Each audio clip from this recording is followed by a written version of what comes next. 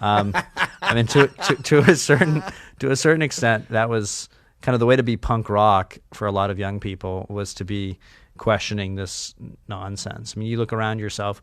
We're in one of the most powerful cities in the world, and it was built by a whole lot of dead white men, a whole lot of dead. Yeah, and well, it's even pretty cool. like the way we were taught Wounded Knee is there were these Indian prisoners being escorted to wherever you go when you're an Indian prisoner, and these casino these higher ups came and shot them all in the back. Sure. And it was a brutal massacre, which it was. Then I'm reading Glenn Beck's Miracles and Massacres, and he's talking about it. And he goes, I didn't set out to do this with the book, but I'm discovering now that I'm done that every time there was a success, it was when the people trusted in themselves. And every time there was a catastrophe, it was when the people put their faith in the authority above them. So what happened at Wounded Knee was they were taking these guys back.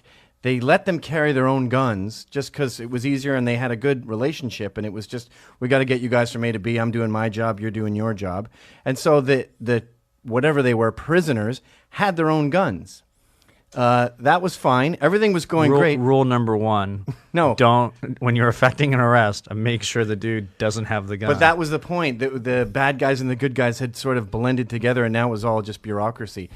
But then when the generals showed up, they go, what the fuck are you doing, giving them their own guns? And then they go to take the guns away, and the Indians go, you're not taking my fucking gun. This thing is really valuable. This is like taking away my Maserati. Like, this is the most valuable thing I own. I don't have a home. I have a teepee. So they started shooting back. Then the military got involved, killed them all. And it was white men who were furious about this, documented it, and it's that they are the reason we know this happened, because their outrage put it to paper, documented it, said how unjust it was. And it's Indians and white men to this day that are trying to remove the medals.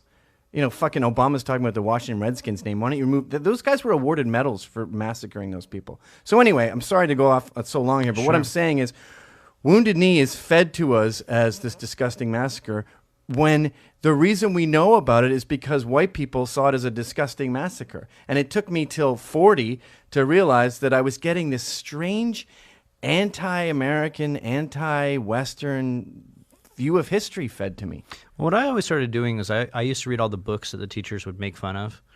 So I was just like, I mean, my parents would pick me up at like 10 or 11, and so I'd finish my homework around like 5 or 6, and I would just chill out in the library and read all the banned books and the banned books. Like what? So like, I read Mein Kampf when I was 17 because I just want to know what Hitler was up to. I mean, here's the book, you might as well see. Turns out most of it's batshit crazy, but he was a good writer, I thought. And there's some stylistic things to learn. I read, I got to introduce to like a lot of like the Tom Sowell, Jared Taylor, got introduced to a lot of the white nationalist stuff. So your professors would mock Thomas Sowell? Oh yeah, all the time. What is he, an Uncle Tom to them? Well, they would say he's one of these black guys who you have to be really careful of reactionary conservatives. I had a teacher in high school actually, Carly Wade, who was one of these white chicks that hung out with the Black Panthers, and she was really proud of it. So she had Black Panthers things, and meanwhile we're at this like high-end, $38,000 a year prep school. Right. It's like kind of strange. And I read Charles Murray's Bell Curve, I want to say, when I was like 16, and that blew my mind. That was like the first. That's a mind blower. That was the first time. Yeah. So that blew my mind, and then I started reading a lot of like science books about genetics.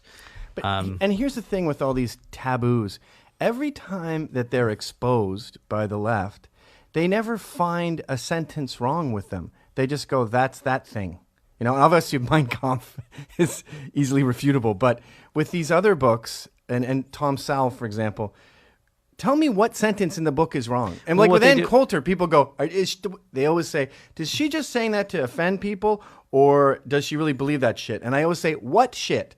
Tell me a sentence. Well, it's the unpersoning. I mean, this is like Rule 12 for Alinsky. This is what the commies did in the Soviet Union, is they always take these people and they make them other. They make them into non-entities, non-persons.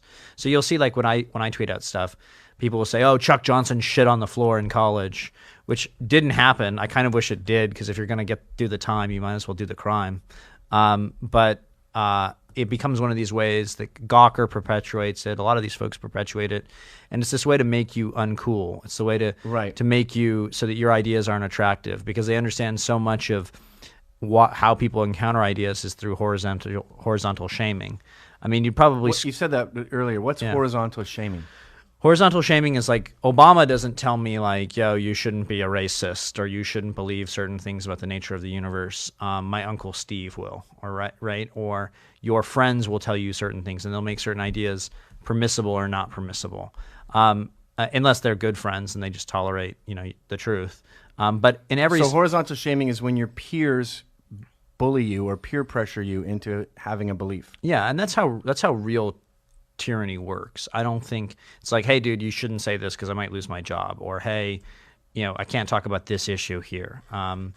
That's how it really works. That's how the society, enforces certain cultural norms. But what I like to do in my work, like naming Jackie Coakley, the UVA, rape hoax chick, is I like to go and do what Andy Warhol said, which is, you go to the edge and declare it the center.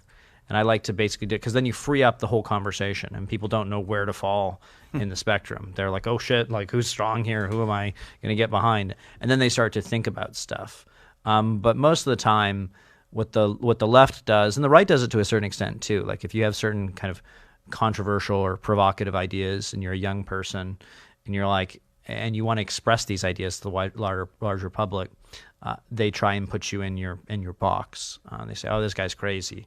What I learned a long time ago is there's this essay I read called What You Can't Say by this guy, Paul Graham. He's like a venture capitalist. And he's like, so he goes back and he says, well, in every society, there's fashion, right? We're wearing suits. It's kind of the deal. We could be wearing loincloths. Probably be kind of strange. And he said, there are moral fashions too. We just call them, they're taboos. They're the things you can't say. Exactly, yeah. And when you notice them, the way to notice them is whenever you're making an argument and somebody says that's racist or that's some statement, they're really just expressing the taboo of the time. That's communist, that's papist, whatever. And what they should really be saying is that's false, that's bullshit.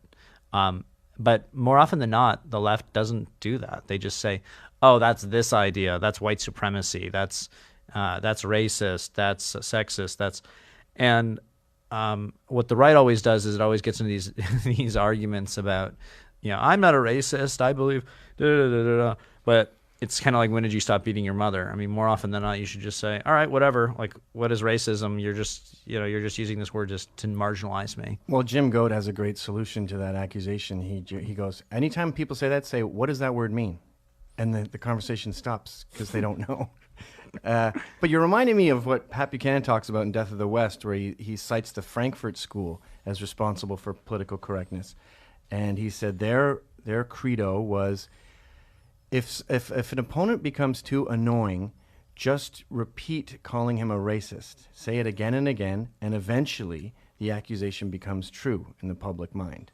Well, that's what the guys did at Journalist. I mean, we got all of their emails. So kind of a group of left-wing journalists who all kind of conspired together in D.C., New York, to define certain people. So that's why when you see an article, you'll see like an article on a controversial figure, then you'll see like 4 or 5 of them because they all do tag team it. And one of the guys, I want to say it was like Spencer Ackerman, who's now Wired, he said, we should just pick somebody on the right, call them racist. And he actually said this like in the emails. It's wow. Like, I was like, okay, and that's exactly what you're talking about, the Frankfurt School. But the real, see, every regime, every government has these fictions behind them. Ours is that everyone's equal, or everyone should be equal, as if in the real world, we don't want everyone to be equal. We don't all want to be fat. We like variety in our choice of mates. We want sports to have a meritocracy, or they're not fun to watch. Right. I mean, you want life to be novels. I mean, you want somebody to yearn for something. If everyone were equal, there'd be no yearning. So really, the kind of oppressive desire to push everyone down to basically suck is really just a means of control. And when you kind of understand that, you're freer and you're happier. And that's why violating taboos is so much fun. I mean, they've done brain studies on people who violate taboos, and they found that they enjoy enormous pleasure from violating them, or even thinking about violating them. Yeah, I think. Well, you're Irish, right? You've got no, I'm not. Hair. I'm not Irish. I'm Swedish and Swiss German and English. Well, some Irishmen must have fucked someone down the line. Well, that's where the red hair